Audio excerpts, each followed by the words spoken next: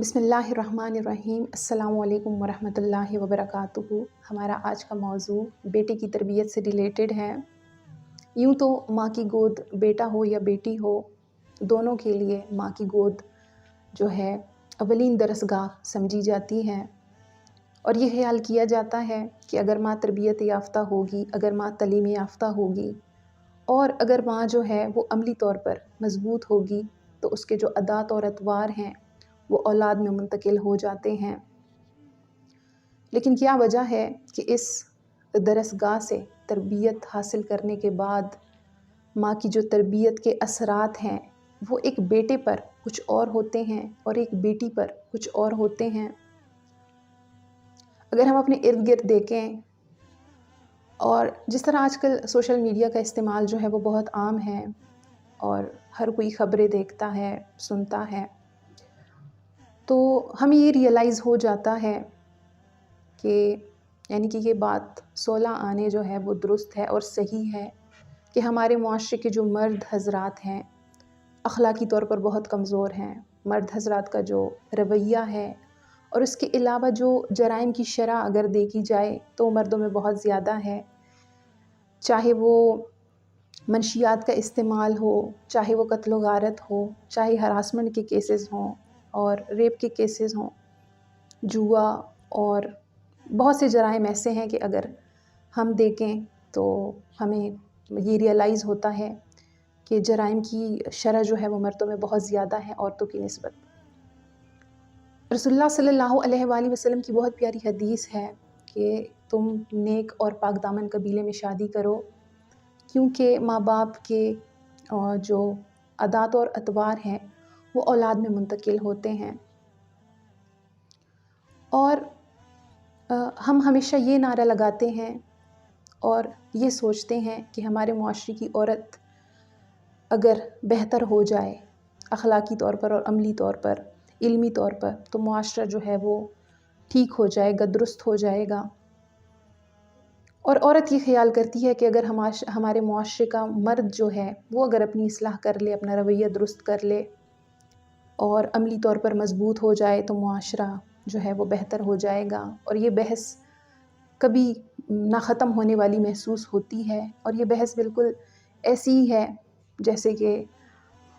जो है हम कहते हैं कि पहले अंडा आया या पहले मुर्गी आई, तो ये ना ख़त्म होने वाली बहस बनती जा रही है और इस्लाह का जो अमल है वो पीछे रह जाता है। तो सिर्फ़ एक माँ की ही ज़िम्मेदारी नहीं है कि वो बच्चे की तालीम व तरबियत का ध्यान रखे, बेटी की भी तालीम व तरबियत का ध्यान रखे और बेटे की भी तालीम व तरबियत का ध्यान रखे। जिस तरह एक बेटी के लिए एक माँ जो है वो रोल मॉडल होती है, बिल्कुल इसी तरह एक बेटी के लिए अपना बाप जो है वो रोल मॉडल होता है। अगर बाप अखलाकी तौर पर कमज़ोर है, अगर बाप जो है उसका वे ऑफ टॉक इस तरह है कि वो गालियाँ देता है, तो वो कभी भी ये ख़्याल ना करे कि उसका जो बेटा है वो इस आदत को एडॉप्ट नहीं करेगा। या फिर अगर बाप जो है वो मनशियात का इस्तेमाल करता है, बाप अगर नमाज नहीं पढ़ता, बाप का अगर रवैया जो है वो घर में औरतों के साथ ठीक नहीं है, या वो अदल का मामला नहीं करता घर में बीवी, बहन और माँ के दरमियान, तो वो आदत ऑटोमेटिकली जो है वो बेटे में डेवलप हो जाएगी और उसको रोकना जो है वो मुश्किल बल्कि नामुमकिन हो जाएगा एक वक्त पे। तो जब तक जो है मर्द, हमारे मुआशरे के मर्द अपनी इस्लाह नहीं करेंगे, तो हमारे मुआशरे के मर्द जो नई नस्ल है उनकी इस्लाह भी कभी मुमकिन नहीं हो सकेगी। और बिल्कुल इसी तरह औरत का मामला है कि अगर एक औरत नमाज नहीं पढ़ती, तो वो कभी भी ये तवक्को ना रखे कि जो बेटी है वो कभी 5 वक्त जो है नमाज पढ़ने की आदत अपनाएगी।